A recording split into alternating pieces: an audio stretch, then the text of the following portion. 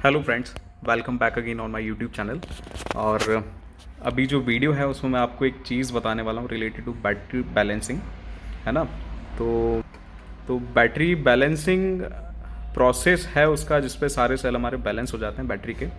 लेकिन इसकी ज़रूरत क्यों पड़ती है मैं आपको थोड़ा पहले डिक्टेट कर देता हूँ। दूसरा एक क्वेश्चन और रेज़ होता है, चाहे कोई सी भी लिथियम आयन बैटरी हो आपकी, अगर उसमें थोड़ा बहुत भी डिफरेंस है उसकी सेल की सीरीज़ में, तो वो क्या करता है आपका, जब आप फुल चार्ज करोगे बैटरी तो एग्जैक्ट कट ऑफ नहीं दिखाएगा। मान के चलो आपने बैटरी बनाई है 54.7 वोल्ट, चाहे वो एनएमसी हो, जैसे उसमें आपके 13 सेल सीरीज़ में है, या फिर एलएफपी हो जिसमें 15 सेल आपके सीरीज़ में है, और जो कि कट ऑफ आपका 54.7 है, 54.3 आपका बताता है। तो जब हम बैटरी चार्ज करते हैं तो फिर हमारा वो कट ऑफ जो अटेन क्यों नहीं होता है, इसका रीज़न मैं आपको बताता हूँ। सबसे पहले तो आपको मैं एक बैलेंसर का एक वीडियो बताता हूँ मैं आपको, ठीक है। ये मैंने ऑन किया, देखिए इसमें आपकी क्या है, बैटरी बैलेंस हो रही है, ठीक। इसमें सारी चीज़ें देखिए, सबसे पहले बैलेंस करंट आ गया, दूसरा बैटरी वोल्टेज आ गया, तीसरा एवरेज सेल वोल्टेज आ गया, थर्ड आ गया, फोर्थ आ गया आपका delta cell voltage, that is difference between voltage of two sales.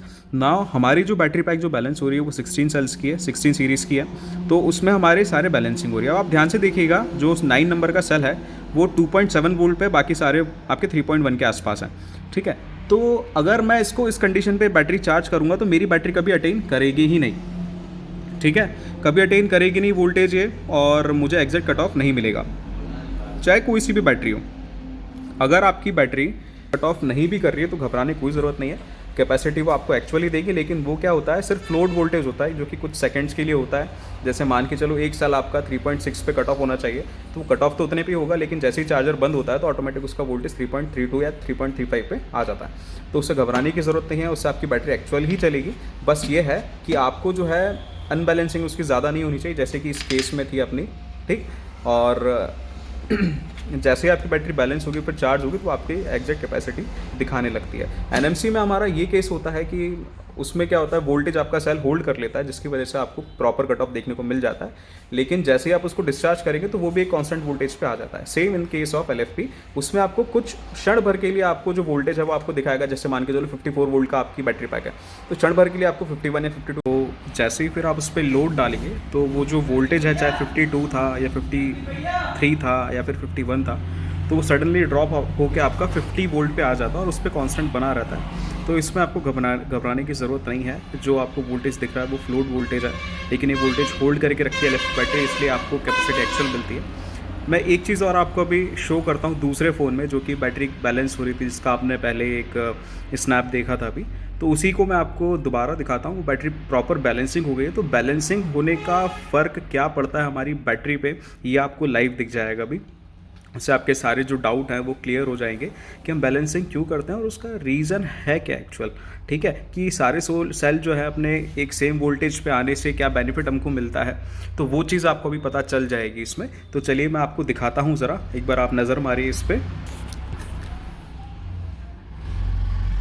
Let me clear my screen, my camera, just a minute.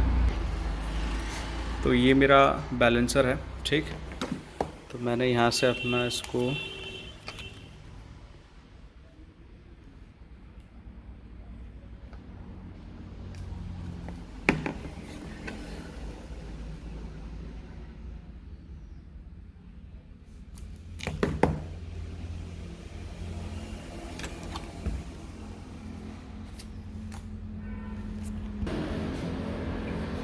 तो आप यहाँ पे देख सकते हो, देखो सारे जो सेल के वोल्टेज हैं वो लगभग ऑलमोस्ट सिमिलर हैं, सिर्फ 0.04 या 0.005 का, सॉरी 0.004 या 0.005 का डिफरेंस आ रहा है। लेकिन अब अपन क्या करेंगे, इसमें देखो बैटरी पैक यह है आपकी, बैलेंस हो रही है आपकी, ठीक है, इसका रिजल्ट है। लेकिन अब मैं इसको डिस्चार्जिंग पे लगाता हूँ, मैं इसका डिस्चार्जिंग मोड ऑन करता हूँ। ये मैंने इसका डिस्चार्जिंग, अभी पहले आप इसका वोल्टेज देख लो, ठीक। ये हो गई डिस्चार्जिंग ऑन, देखिए इसका वोल्टेज अब कम होना शुरू हुआ। कितने एम्पेयर पे डिस्चार्ज हो रही है मैं आपको ये भी दिखाता हूँ। ये देखिए आप, ये 19 एम्पेयर के आसपास हमारी बैटरी डिस्चार्ज हो रही है। डिस्चार्ज करंट इसका 19 एम्पेयर के आसपास है, ठीक। कि आप सारे जो सेल के वोल्टेज है वो एक साथ आपके एक जैसे ही ड्रॉप हो रहे हैं। इसका मतलब ये है कि हमारी जो बैटरी है परफॉर्म बहुत अच्छा करेगी, और यही फ़ायदा है एक बैलेंसर को यूज़ करने का, ताकि हमारे जितने भी सीरीज़ हैं सेल्स की वो एक साथ एक जैसे ही काम करें। उसमें अगर 0.5 का डिफरेंस आता है तो कोई बात नहीं, वो एडजस्ट हो जाता है, लेकिन ज़्यादा डिफरेंस नहीं होना चाहिए। जैसे कि आपने कल देखा था, सारे सेल 3.2 पे थे और एक सीरीज़ हमारी 2.9 पे थी। तो जो बैलेंसर है इसको यूज़ करने का फ़ायदा ही ये रहता है कि हमारी जो बैटरी पैक है वो बड़ी अच्छी काम करती है। इसको चार्ज डिस्चार्ज करेगी तो एक्चुअल कैपेसिटी आएगी। तो जैसे कि आपने अभी लाइव देखा इसे कि बैलेंसर यूज़ करने से हमारा फ़ायदा क्या है, तो ये चीज़ हमारी बैटरी की हेल्थ को इन्हांस कर देती है। और अगर आपके पास में एक्टिव बैलेंसर नहीं है या फिर एक्टिव BMS नहीं है, तो हर 1 साल में या 1.5 साल में बैटरी को बैलेंस कर दो, बैटरी की लाइफ इतनी अच्छी हो जाएगी कि आपको नई बैटरी खरीदने की ज़रूरत नहीं पड़ेगी। ठीक है। और बैटरी बनाने में क्या क्या प्रोसेस इंपॉर्टेंट होते हैं उसका एक मैं वीडियो बना दूंगा ऐसे ही, ताकि आपको अगर जो न्यू बिगनर्स हैं जो कि बनाना स्टार्ट करना चाह रहे हैं तो उनको वो ईजी हो जाएगा समझने में। ठीक है। तो ये वीडियो यहीं तक था। ये वीडियो कैसा लगा आपको बताइएगा, और ऐसे ही मेरे वीडियोज़ के साथ में बने रहिएगा हमेशा।